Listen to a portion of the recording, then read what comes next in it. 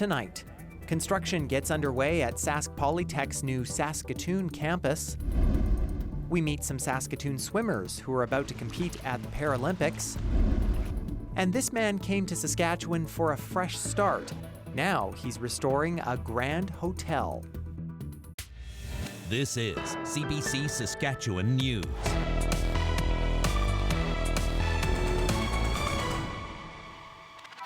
It is Monday, August 26th, and the CBC Saskatchewan News starts right now. I'm Ethan Williams, in for Sam McCagg. Thanks for joining us tonight. We begin on the other side of the country, where Prime Minister Justin Trudeau is attending a cabinet retreat in Halifax as his team strategizes about improving Liberal popularity before Parliament resumes. He also made some new announcements today, too. Ashley Burke has the latest. The Prime Minister and his cabinet are under pressure to show they can change and win back the public's trust. The challenges we're facing are real. And we're not the only country facing these challenges, but we have to be better at it to make sure that we're delivering results, period. After a year of the worst polling that Justin Trudeau has ever seen since becoming leader, he announced new initiatives on the first full day of this retreat. I'm focused on making sure we're delivering. Cracking down on a massive influx of temporary foreign workers that experts say fueled unemployment among immigrants and young people. We are taking action. We are tightening the rules and restricting eligibility to reduce the number of low-wage temporary foreign workers in Canada, with exceptions in certain industries like healthcare, construction, and food security. And taking aim at China for flooding the Canadian market with heavily subsidized electric vehicles. Now new punitive tariffs are coming in line with the U.S. Chinese policy of oversupply and overcapacity built on. You know what it's built on? It is built on abysmal labor standards, and it is built on abysmal environmental standards. The announcement's an attempt to turn the page from ongoing questions about Trudeau's leadership. He said he'll stay on, but the Conservatives say a change in government is what's needed. After 9 years and multiple cabinet retreats, life is still going to be unaffordable in Canada, even after this one. Some members of Liberal caucus are also hoping that this cabinet meeting leads to a major reset for the party, including a big cabinet shuffle. But so far, there are no signs of that happening. Ashley Burke, CBC News, Halifax. The Lac La Ronge Indian Band has approved a $600 million settlement with the federal government. It's over failed agriculture promises made during the signing of Treaty 6. It's referred to as the Cows and Plows Clause. At the time, the government promised things like livestock and farming equipment, but that promise went unfulfilled, and not just for Lac La Ronge, but many First Nations. Band members voted overwhelmingly to accept the settlement. What it means for our community is that it's righting. It's the federal government recognized that they failed to fulfill a treaty promise, and it's righting a wrong. And it's also a way forward to truth and reconciliation, and moving forward together. And it'll also provide an opportunity for many of our band members, to be able to do things and to buy things and to be able to do things with their families or whatever it is that they choose. Cook Searson says 95% of voters were in favor of the settlement after extensive consultation. Lac La Ronge Indian Band is one of the largest First Nations in Canada. It includes several communities like Stanley Mission and Morin Lake and has more than 12,000 members. Cook Searson says the money will go toward individual payments to band members and community projects. The chief expects payments to be finalized within 7 months.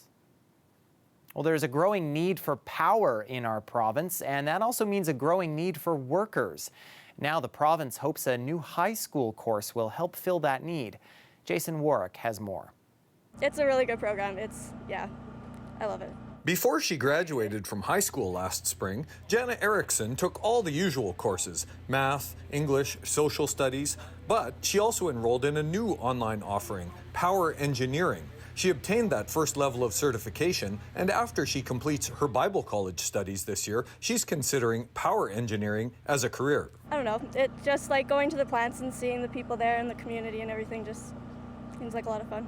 Before this power engineering course was offered, students had to graduate from high school before they could begin their training. Now they'll get a head start on their post-secondary journey or into the workforce. The course was offered as a partnership between Sask Power and Saskatchewan's Online Learning Centre. It will expand this year.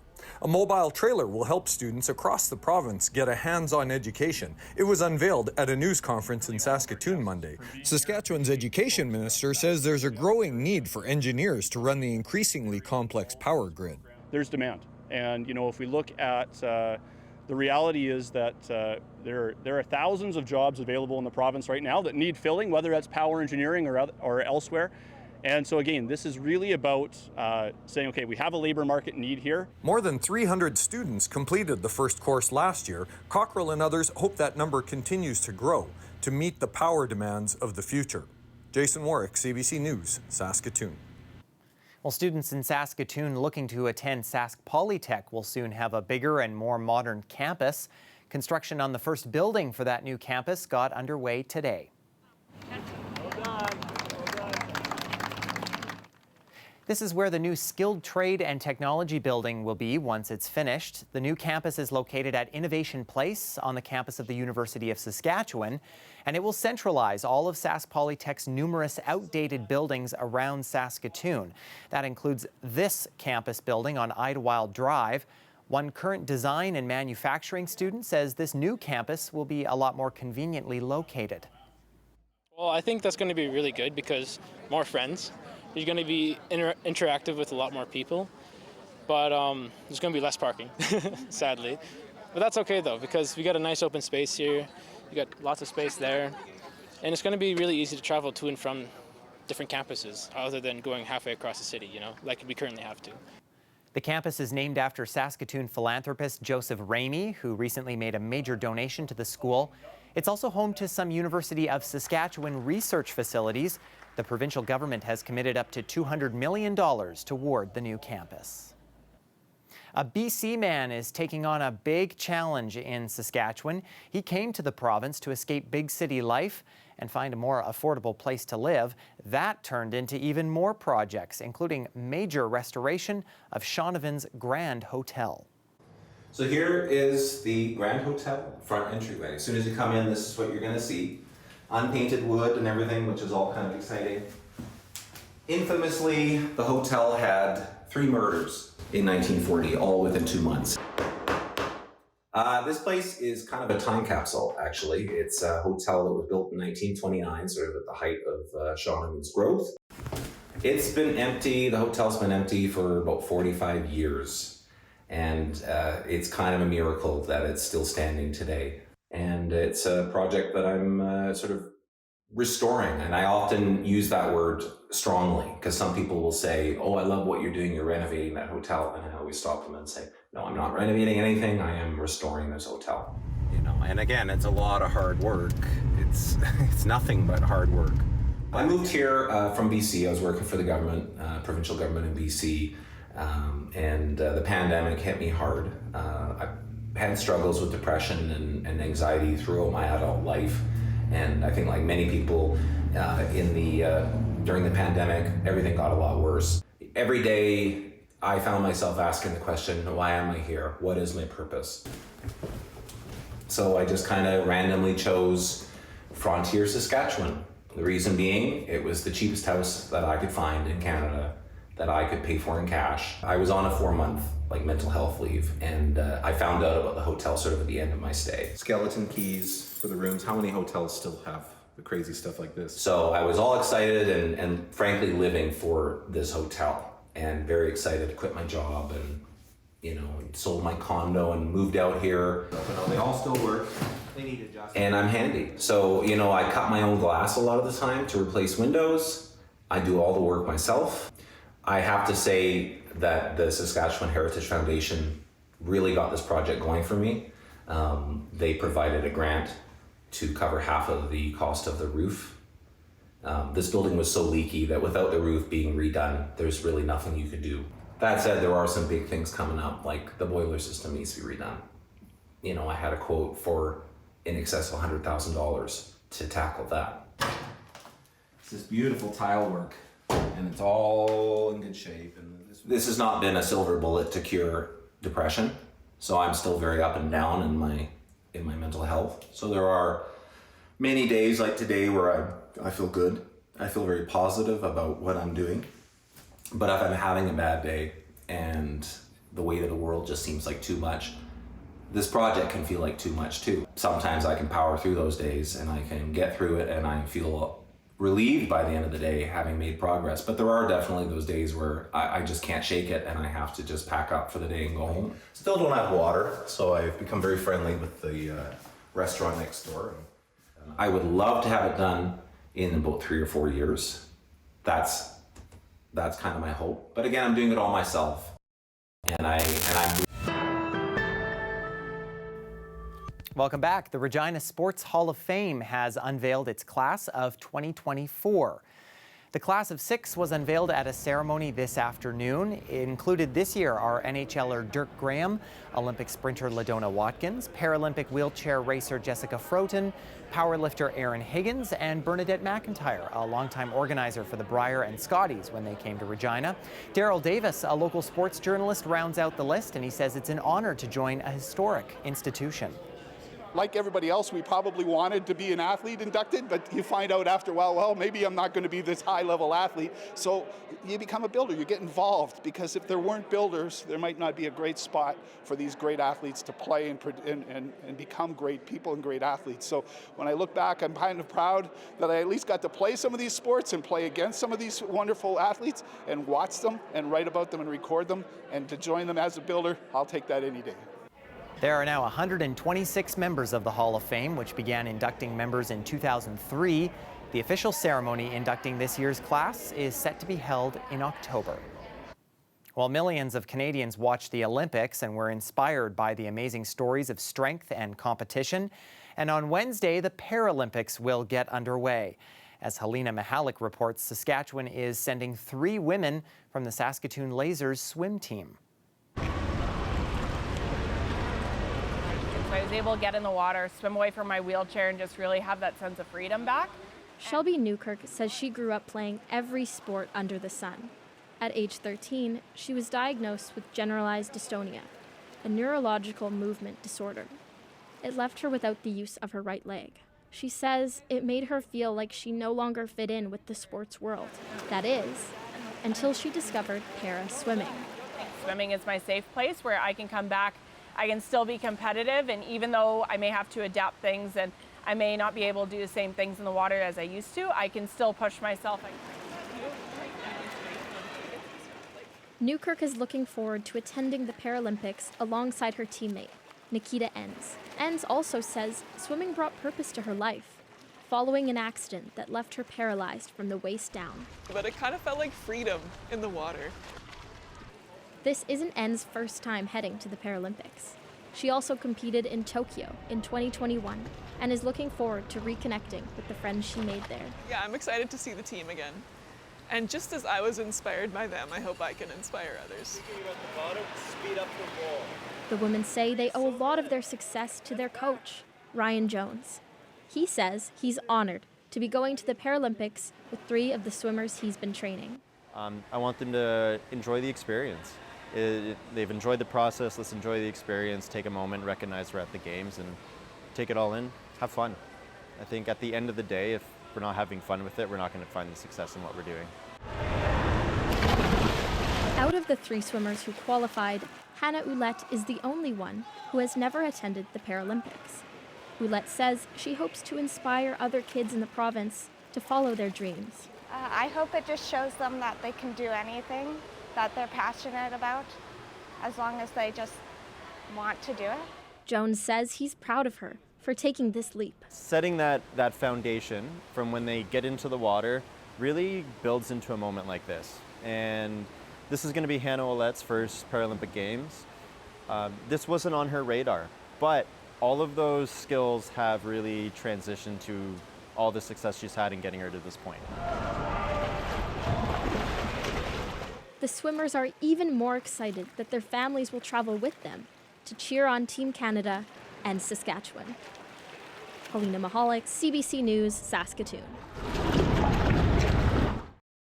The weather update is brought to you by Capital Ford Lincoln. Employee pricing is on now.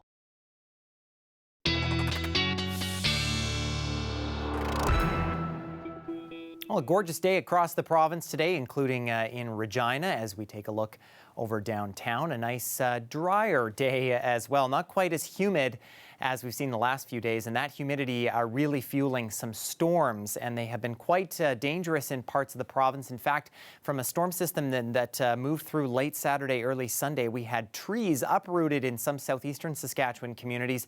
Broadview reporting a wind gust there of almost 100 kilometers an hour, and some pretty good hail as well in other regions of the province. In fact, here is a look at some of those trees that came down in Welwyn. This is courtesy of Crystal Rankin. Thanks to her for sending these in.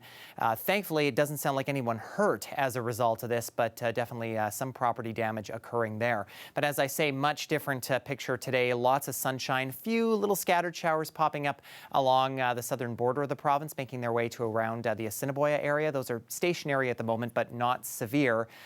Temperature-wise, though, things really staying nice and warm, back down to kind of seasonal values today. And again, not a lot of humidity to factor into this, so we're not really looking at humidex values playing a role. We are still, though, seeing air quality advisories in the north, including for places like La Ronge and South End and the Pelican Narrows area.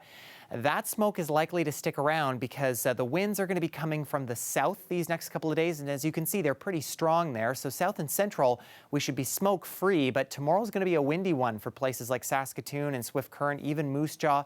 Gusts 50 to 60 kilometers an hour, and they'll stay breezy as we see our next weather maker moving in. And that winds are starting to pick up. As we see that low pressure system starting to move in from Alberta, but also that area of high pressure over Manitoba. We are kind of caught in between those two systems. So other than the winds, we're expecting a nice sunny day, though, tomorrow. Another warm one, I think, for many of us. But then that low starts to move in for early Wednesday. That brings showers through much of the province as we head through the day Wednesday and also into Thursday. That kind of bands of rain circling counterclockwise around the center of that low pressure. Probably going to make for a messy couple of days then. But until then, Regina expecting a nice pleasant day tomorrow, albeit breezy. The rain starts picking up Wednesday, Thursday. Could be some significant amounts there. Temperatures really cooling down. And then we're back to seasonal just in time for the weekend. Saskatoon, look at that big temperature drop Tuesday into Wednesday, over 10 degrees there. Quite breezy tomorrow, and we could see some significant rainfall, especially on Thursday. Looks like some nice seasonal values, though, for Saturday, Sunday, and for the beginning of next week, and really through all of next week, or pretty much all of it anyway. We're looking for seasonal values with some sunshine as well.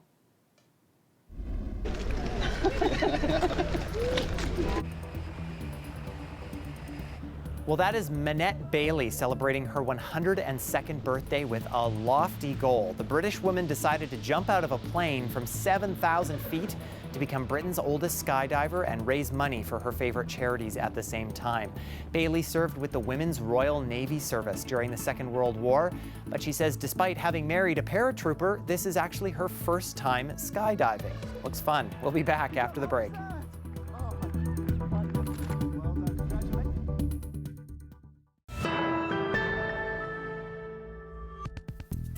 In British Columbia, business owners of South Asian descent are renewing calls for more police action over targeted extortion attempts.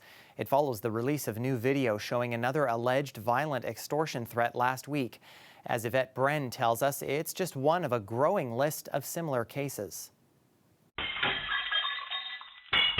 Caught on security camera, the suspect emerges from the dark and fires bottle after bottle at this BC home. The family inside wakes to the sound of glass shattering, the smell of gasoline. We don't feel safe at all, at all. Jazz Aurora says phone threats began last year, demands for cash, promises of violence. You have 3 days, give us 3 days, we will kill you. This is one example of dozens of extortion cases targeting South Asian businesses in several provinces. Serious enough, the RCMP formed a national team to support local investigations. It's a complex situation because it involves organized criminal activity from outside of British Columbia, outside of the country, involving India. Edmonton police have made several arrests in connection to arsons and drive-by shootings. In Ontario, Peel Regional Police launched a special unit that's arrested 13 people so far. We take these incidents very seriously and will stop at nothing to arrest those who are terrorizing members of our community. But so far, there's only been a few arrests in BC. When somebody is receiving one of these extortion threats, that they report it to the police as soon as possible. They report the evidence. That's what police need. That's what's required. More should be done. This community leader believes many cases go unreported. It's concerning because not everybody is willing to come out and speak about these as well. It's fear. He worries the extortion will flourish if people pay the demands. Feeding into this whole frenzy, and it is going to become even more, serious issue in the coming years if this is not quashed now. Meaning the number of targets could grow with a simple phone call. Yvette Brenn, CBC News, Vancouver.